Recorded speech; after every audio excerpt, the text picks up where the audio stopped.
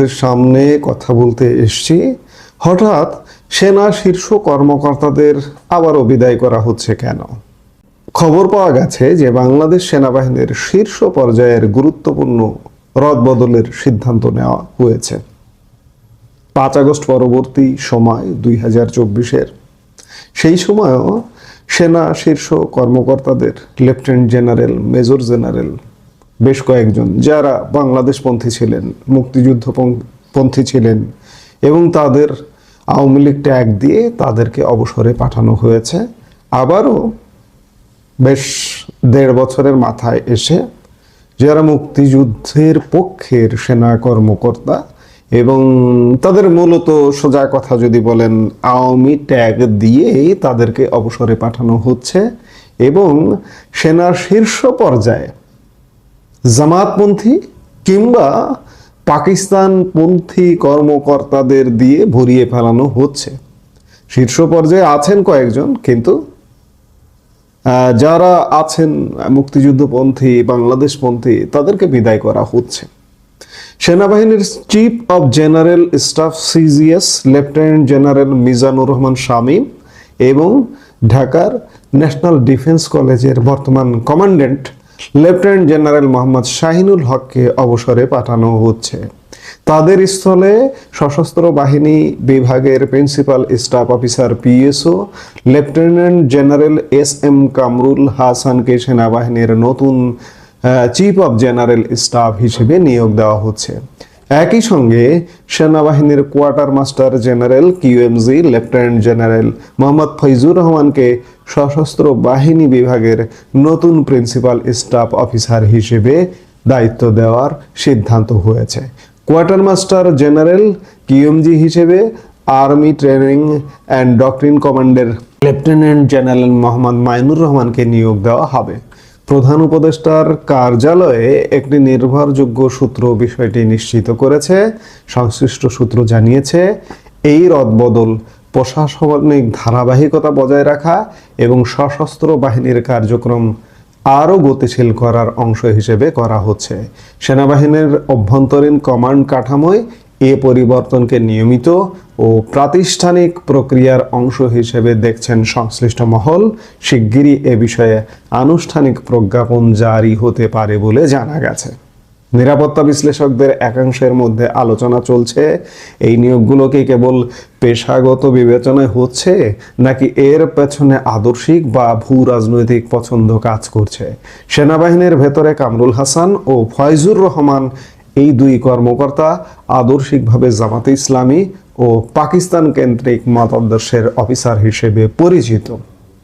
SM. Kamrul Hasan 2025-এর জানুয়ারিতে পাকিস্তান ভিজিটও করেছেন, বর্তমান যিনি প্রিন্সিপাল স্টাফ অফিসার হিসেবে আছেন, এবং ফয়জুর রহমান তিনিও পাকিস্তানপন্থী। সোজা কথা, এই যে মিজানুর রহমান শামীম এবং শাহিনুল হক, এই দুজন বলা যায় যে মুক্তিযুদ্ধের পক্ষের শক্তির দুই সেনা কর্মকর্তা ছিলেন, তাদেরকেও বিদায় করা হচ্ছে। এবং সেনাপ্রধান জেনারেল ওয়াকারুজ্জামানও জামাতপন্থী হিসেবে, বেশিরভাগ মানুষের মত তিনিও জামাতপন্থী হিসেবেই পরিচিত এবং তিনিও কিন্তু এই বছরই আগামী 15 সেপ্টেম্বর অবসরে যাচ্ছেন। অবসরে যাবার কারণ হচ্ছে সেনাপ্রধান পদটির মেয়াদ হচ্ছে 3 বছর। সেনাপ্রধান নিয়োগ বা এই বাহিনী প্রধান, 3 বাহিনী প্রধান বাহিনীর একটা আইন আছে, 2018 সালের সংশোধিত আইন অনুযায়ী 3 বছর মেয়াদ, অথবা যদি সেই ব্যক্তির বয়স 60 বছর হয়ে যায় তাহলে তিনি অবসরে যাবেন। জেনারেল ওয়াকারুজ্জামান 3 বছর মেয়াদ পূর্ণ করতে পারছেন না। 24-এর জুনে তিনি নিয়োগপ্রাপ্ত হয়েছেন, তার 3 বছর হতে হলে 27-এর জুনে শেষ হওয়ার কথা, কিন্তু 2026-এর 15 সেপ্টেম্বর তার 60 বছর বয়স পূর্ণ হয়ে যাচ্ছে। জামাতপন্থী ওয়াকারুজ্জামানও অবসরে যাচ্ছেন। সেনাপ্রধান ভবিষ্যতে হবেন কেউ জামাতপন্থী, এবং সেনাবাহিনীর শীর্ষ পর্যায়ে আরো 2 জনকে কমপক্ষে মেজর জেনারেল থেকে লেফটেন্যান্ট জেনারেল পদে পদোন্নতি দেওয়া হবে। জামাতপন্থী কাউকেই পদোন্নতি দেওয়া হবে। সোজা কথা, সেনাবাহিনী পুরোপুরি জামাতিকরণই হয়ে যাচ্ছে বা হয়ে গেছে। এখান থেকে বেরুবেন কিভাবে বা বের হবেন কিভাবে, সেটি খুব বড় ধরনের প্রশ্ন হয়ে দেখা দিচ্ছে মনে হয়। আগামীর বাংলাদেশ কি হবে এটা বলা কঠিন, আসলেই বলা কঠিন। এর থেকে উত্তরণ বা উত্তরণের উপায়, উত্তরণের পথ আগামীতে যারা বাংলাদেশ চালাবেন, রাজনৈতিক দল, তারাই নির্ধারণ করবেন। আমার মাঝে মাঝে মনে হয় যে বাংলাদেশ কি ইরানের পথেই হাঁটছে নাকি। ইসলামী প্রজাতন্ত্র ইরান 1979 টু আজকে 2026, 45 বছরের ইরানের ইসলামী প্রজাতন্ত্র খমেনি প্রজাতন্ত্র। আমরা জামাত প্রজাতন্ত্রে ঢুকে পড়ছি কিনা সেটি কিন্তু ভাববার বিষয়। নতুন নতুন উদ্বেগ, উৎকণ্ঠার খবর আসছে যখন, তখন কিন্তু সেটি মনে হচ্ছে।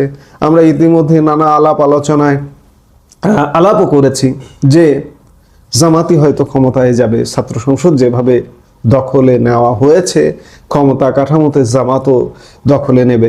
আপনি বিভিন্ন জায়গা যদি দেখেন, সব জামাতের দখলে। বিএনপি নাই, কিন্তু সর্বোচ্চ আদালতের প্রধান বিচারপতি থেকে শুরু করে কদিন আগে নিয়োগ হলো জামাতপন্থী। যাবেন কোথায়? অর্থাৎ জামাতের